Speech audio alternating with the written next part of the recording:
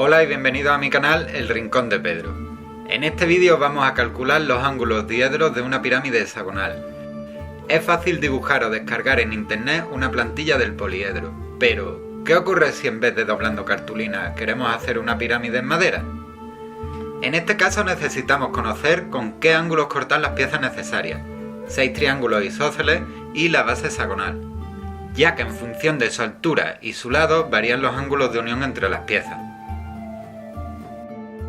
Para hallar el ángulo que existe entre la base y las caras necesitamos primero observar la figura amarilla, una de las 6 porciones que surgen de la pirámide hexagonal.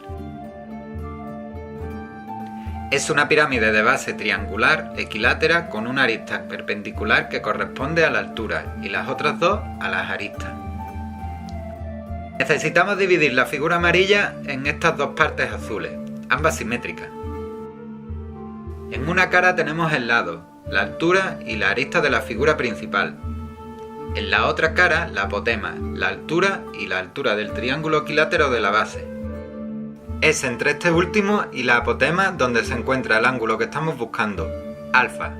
Veámoslo con un ejemplo.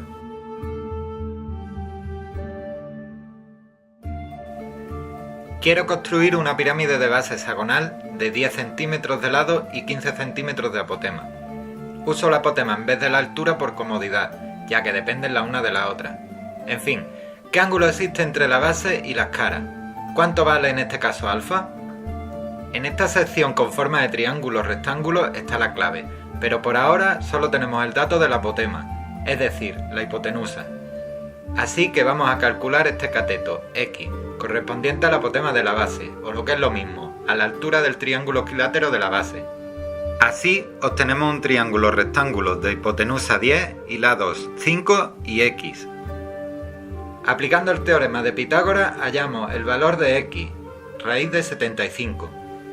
Colocamos el valor de la sección anterior y con un poco de trigonometría tenemos que el coseno de alfa es igual al cateto contiguo, raíz de 75, entre la hipotenusa, 15. Así, alfa es igual al arcocoseno de raíz de 75 entre 15. Es decir, nos sale un ángulo diedro entre base y cara de 54,73 grados.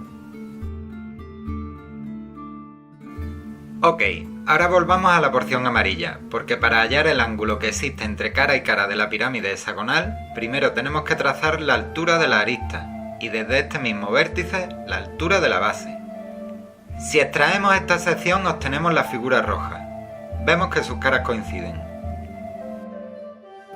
El ángulo que nos interesa sería este, beta, y supongo que existen muchas formas de conocerlo numéricamente. La mía es esta. Sigamos con nuestro ejemplo.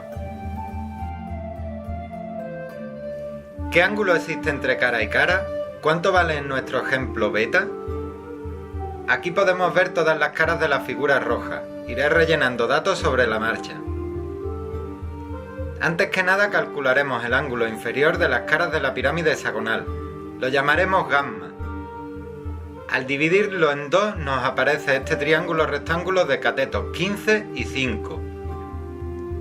Estas son las dos únicas variables que necesitamos conocer. La tangente de gamma es igual al cateto opuesto 15 entre el cateto contiguo 5. Es decir, el ángulo gamma es la arcotangente de 15 entre 5. Para simplificar, la arcotangente de 3. Por otra parte, sabemos que en la base de la figura roja se forma un triángulo rectángulo especial, con ángulos 30, 60 y 90. De estos ángulos nos interesa el de 60 grados. Esto ocurre en todos los casos tratándose de una pirámide con base hexagonal. Ahora, con estos dos ángulos y para no complicar más las cosas, vamos a aplicar la siguiente fórmula para hallar el ángulo diedro entre caras, beta.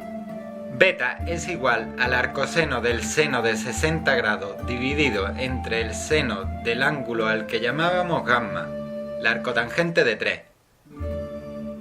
Si ponemos bien los datos en la calculadora, nos muestra directamente el resultado del ángulo diedro entre caras. Beta es igual a 65,90 grados. Ya hemos calculado alfa y beta, los dos ángulos diedros necesarios para cortar estas piezas de madera. Vamos a construir la pirámide hexagonal así rápidamente para mostraros que están perfectamente cortados los biseles. Muchas gracias por verme, si os ha gustado el vídeo podéis darle al like y suscribiros y hasta la próxima.